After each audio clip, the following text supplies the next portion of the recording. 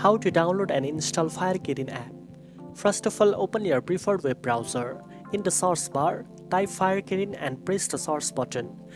You will see a list of results and you should click on the official link from FireKirin. Once you are on the website, you will notice download options for both Android and iOS platforms. Tap on the button for the version that suits your device. The download will begin immediately and may take a few minutes depending on your internet connection. After the download is complete, you can either tap the file directly if your browser allows installation, or go to your file manager and locate the downloaded file in the download section and tap on it.